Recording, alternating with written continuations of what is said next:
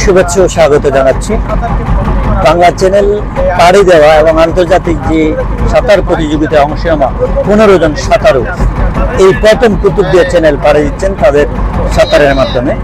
আয়োজন করেছেন Bangladesh open water swimming সংগঠন। আজ 12 এপ্রিল সকাল 11:30টায় কক্সবাজারের উপজেলার মংনামা প্রান্ত থেকে তারা সাঁতার শুরু করেছেন।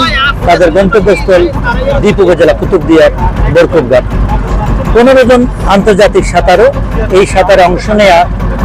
এর মধ্যে একজন আন্তর্জাতিক সাঁতারু রাসেল আহমেদ, তিনি একেবারে সর্বভাগে এগিয়ে রয়েছেন, তিনি এগিয়ে যাচ্ছেন এবং তিনি অল্প সময়ের মধ্যে তিনি তার গন্তব্যস্থলে পৌঁছে যাবেন।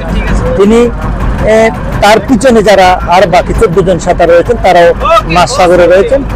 তার মধ্যে একেবারেই সর্বভাগে যিনি রয়েছেন তিনি রাসেল আহমেদ, তিনি আন্তর্জাতিক একজন সাঁতারু।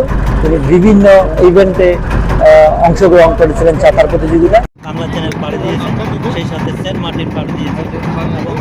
এই অভিজ্ঞ সাঁতারু তার অভিজ্ঞ সাঁতারের মাধ্যমে তিনি এগিয়ে যাচ্ছেন কক্সবাজার দ্বীপ উপজেলা যে তাদের গন্তব্যস্থান রয়েছেন কুতুবদিয়ার যে প্রান্তে তাদের সাঁতার শেষ হবে, সমাপ্ত হবে, সেটির দিকে এবং সেই দৃশ্য আমরা দেখতে পাচ্ছি। এই সাঁতারু তার অভিজ্ঞতার মাধ্যমে সকলের সামনে প্রজনের সকলের সর্বপ্রথমে তিনি রয়েছেন এবং কক্সবাজার এই প্রথম কুতুবদিয়া চ্যানেল 7 দিয়ে পাড়ি দেওয়ার ব্যক্তিদের নাম খাতায় নাম লেখাবেন এই আন্তর্জাতিক সাঁতারু রাসেল আহমেদ। আমরা তাকে অভিনন্দন জানাচ্ছি এবং তার সাঁতারের যে কৌশল সেটির প্রতি আমরা খুবই অভিনন্দন জানাচ্ছি, ঠিক নজরে রাখছি।